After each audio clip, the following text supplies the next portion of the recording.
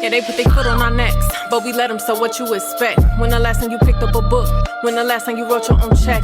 Yeah, we all up on IG and Netflix, and the devil, he got you on chill. He's scrolling and trolling your life, you can't see he destroying, cause he got you still. It's your vision that he wanna steal, and your mission that he wanna kill. No condemning, I'm keeping it real. It's conviction I want you to feel. And I'm praying today that we wake up, and the mess that we made we can make up. It's because of a skin that they hate us, don't know what it's gonna take to shake us. Listen. And I'm not pacing, I'm just patient. They thought that I was moving slow, they didn't know I was waiting. Yeah, it's my season, it's my reason. I talk with God every day, I'm not into people pleasing. And forever I'm for God, and I just want you to know without him, life is hard. So get your heart right, get your house. I'm Charcy Curtis. Some of you may know me as Sister Diva out of Fayetteville, North Carolina. This is the IM4GOD Movement podcast where we do not judge. We allow people, everyday people, to tell their testimonies. And so let's see who we have today, what guests we have today. My special friend, we have worked together, but I'm going to allow him to introduce himself so they can feel like they know you a little better, Teddy. Got you. Hello, my name is Princeofhair. I'm a celebrity hairstylist located in Fayetteville, North Carolina. My IG is Princeofhair. Facebook is Prince Sandeio Mason. And I'm here today on IM4GOD podcast. Let's get it. So what do you got coming up for the people who, know, because I know you've got a lot going on. But we get into the questions. So what you got coming up? I know you got shows and you're doing something in Raleigh. Yes, ma'am. Mm-hmm. So December the 4th, I'll be in Raleigh for Tim Johnson Pink Frenzy. I held down the title for Best in Hair since 2015, which we're now going into 2023. And I'll be giving over the title. Okay. The next big event that I will be having myself will be the Royal Met Gala. Okay. You took part in it last year, so you very much know how I go. Okay. It's basically a night of Black excellence. Okay. Our Black young entrepreneurs coming together as one, dressed nice, formal, giving away fashion awards, hair awards, everything like that. Just giving back to the community for all the hard work that they've put in throughout the years. You already got your dates, or you don't have that yet? We don't have that yet. Okay. So you did get, y'all make sure y'all follow up because, you don't want to miss that event. You gave them all your Instagram information, everything. Yes, ma'am. Okay. So jumping right into these questions. The first question is, how was it like for you growing up as a child? Life for me growing up as a child, I can honestly say now as an adult, was blessed. Okay. I didn't have everything that I wanted, but I had everything that I needed. Right. And now with me being an adult, it's so much of a different with an understanding of having what you need compared to what you want. Right. So I can say I had a blessed life. I ain't had no silver spoon in my mouth, but it was a blessed childhood for me. Yeah, but that makes us appreciate things more, when it's handed to us versus when you get out here and do it yourself. That's a fact. But, okay, what keeps you grounded? What keeps me grounded, I would honestly have to say, is first God. Secondly, I would have to say my mother. And third, I would have to say my village of friends around me. Okay. Helps keep me grounded. And my daughter also helped keep me grounded because of the simple fact of when I feel like I'm not doing well or I feel like I want to make a left turn when I know I'm supposed to be going right, all of the people that I name comes to my mind and make me realize the fact of, hold it down, get it together. Yes. What is that one thing you may regret? One thing I may regret that I'm battling with now at the age of 32 is allowing other people to make my choices instead of me making my own choices. Allowing other people to make the decision of what Teddy is going to do and how Teddy is going to do it when the whole time I fail to realize I got to make my own decisions to make me happy. Right. I like to say, you got the pen, so tell your own story. So if you want to delete something, delete it because it's your story. Right. So don't allow nobody else to tell your story. I like the way you put that. What does self-love look like for Teddy? Man, I can give so much about self-love in so many ways, especially with me going through something that I've recently went through and I healed from it. It taught me self-love in so many ways. But I'm going to just give you a little bit of it. Self-love to me is caring and being there for yourself. Right. Not just physically, but mentally. Right. Learning you, knowing what you like, knowing what you dislike, being able to say, this is for me, this is not for me. Right. Being able to pull yourself out the crowd when you don't need to be there. Right. That's self-love. Right. And a lot of people fail to realize if you don't have self-love, you can't have real love. Right. That's so true. And that's just not relationship-wise. That's also dealing with people and friends. Right. If you don't love yourself or have self-love for you, how can you love your friend beside you? Right. Right. You can't, because you don't even understand yourself. Right. Right. So what do you do on your down day? Like for what's the for that Teddy? What do you do? Like, you know, I like to spa. So what do you like to do? My down day, I like to definitely cater to myself. Okay. Definitely love to get a haircut. Okay. Love to get a facial. Mm-hmm. Feet done. Maybe go out to eat with friends. Enjoy my moments of what I can have. Basically, I count my blessings on my down days, because what I fail to realize is I have things that other people don't have. Right. I have people that love me. I have people that care for me and want to be there for me. Right. Others don't have that. Yeah. So on my down days, that's like tapping into them. Yeah, and that's a blessing. I had to realize that too, because we don't realize, you know, it is people out there that don't have nobody to turn to, and they got the fakeness around them, and it comes easy, and you don't have nobody to tell you it's gonna be okay, and they're like, no. You know, so that is a blessing. Yes. How did you turn your pain into power?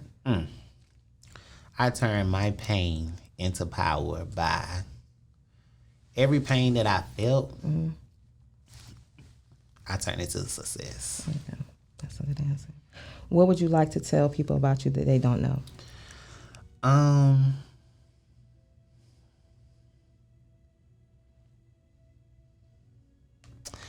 What I would like to tell people about me that they don't know, we can go a little deep. Okay. So a lot of people look on the outside version and don't really look on the inside version. Right. On the outside version, they see that I'm a fun, caring person and a loving person to be around. But what they don't know about me is I'm still a spiritual person. Oh, yeah. I have a relationship with God. And most of the times, a lot of people may overlook that relationship that we have with God because of the simple fact of our sexuality. Oh, he's a gay male. How can he do this? How can he do that? I can do everything that you can do. As a straight male, or either however you want to put it. But I put this out there to say this. A lot of people look at gay males as if like we can't praise God. We can't have a relationship with God. But if we go back to God's word, his word says, let everything that have breath praise thee the Lord. And it don't say if you a hooker, don't praise me. Right. He said you got breath in your body, praise me. Right. So one thing that I can honestly give that people don't know, because I don't put it out there a lot of time, I keep it to myself and have my own relationship, is I'm a very spiritual person. I cut up and have my fun, but I'm still spiritual and I have a one-on-one relationship with God. Yeah, and those that know, you know, we all know. You definitely, Teddy pray, Teddy pray. But anyways, if you could change one thing in your life, what would it be and why? With that question, it's nothing in my life that I would really want to change. Okay. And I speak on that because of the simple fact of I took some L's and I took some W's. Okay. But my L's wasn't lost. My L's was lessons. Okay.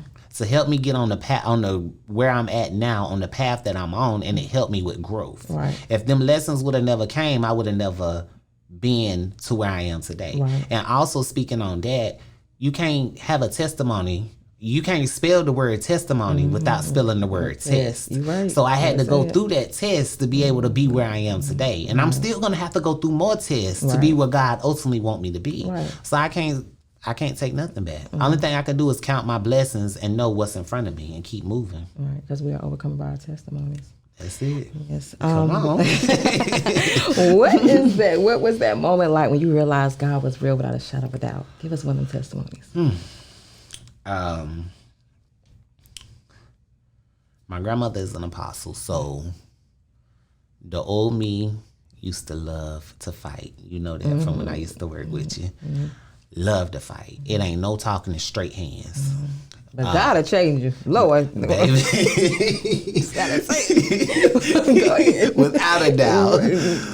So it came a time, one time, you know, my grandmother told me, she was like, all them people you keep putting your hands on, she was like, they ain't gonna keep allowing it. She said, but I'm gonna tell you this. if anyone come at you, they won't be able to touch you. And it came a moment at the club one night. I'm Billy Bad, going at it. And it came a group of them, but they couldn't even touch me. Only thing they could do was look at me. At that moment, my grandma just told me this 2 days ago. At that moment, I realized, like, ding, ding, ding, this is God. Because these boys can get you at any moment. Right. And I was alone. Right. But his protection. Oh, yeah, his protection. Covered. Oh, yeah. So one thing that I keep and I say now as a motto is, my group of praying warriors is stronger than most soldiers out here. You better say it. You hear me? You better say it. Something about them real boys now. You got God backing you. But if God was to ask you, did you find joy in this life he gave you, what would you say? 4 years ago, I would say no. Now, I tell God, thank you. If I had 10,000 tongues, I wouldn't be able to thank him enough for the joy that I found.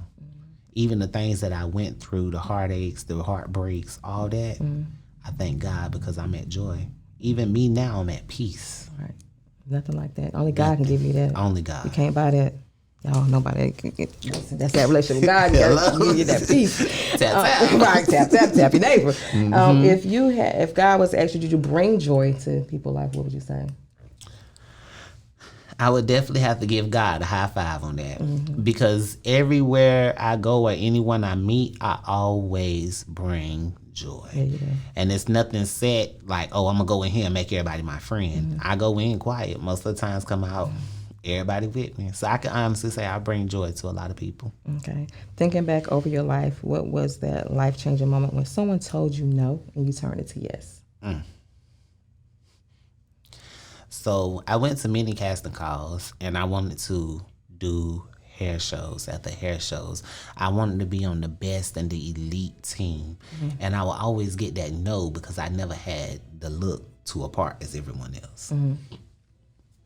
Nowadays, that no is definitely a yes. Because nowadays, most of them trying to book me to be a part of that show. And they was the same ones that told me no. Look at God. What tool would you say you play in your friends group?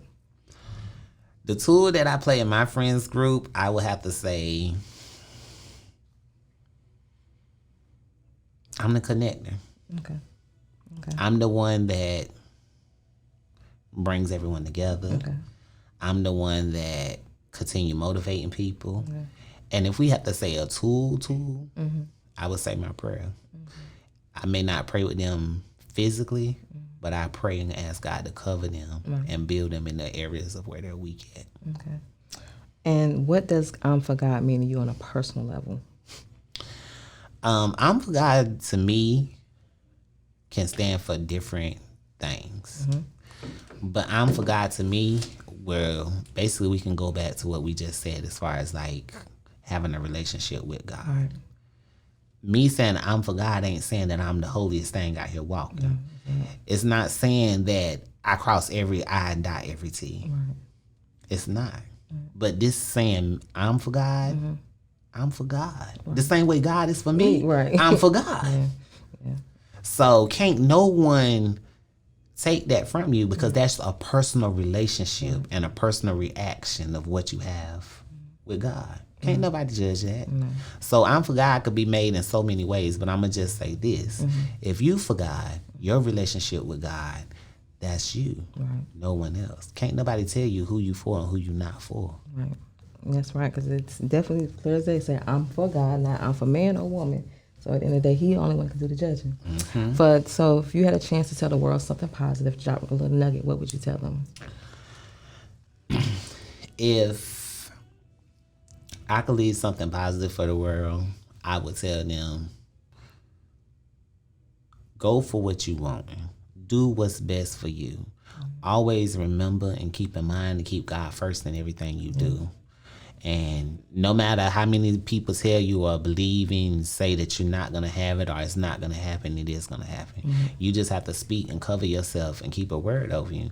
And I'm also going to say, like, if it's to a level higher that you want to go, elevation is going to have to come. Oh, yeah. You have to remove people out your life so blessings can flow back in. Right. So I would definitely say just go for whatever you want.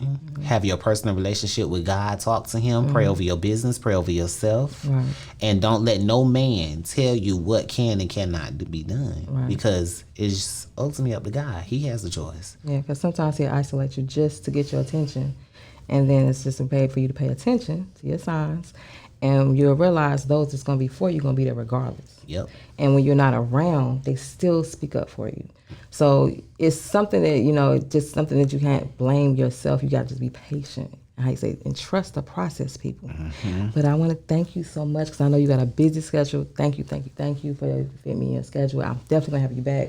Yes, ma'am. And I want to thank y'all for tuning in. Like I said, I love you. God love you more. And don't forget to subscribe. Wait till next time. You just never know who we may have on here. Thank you again.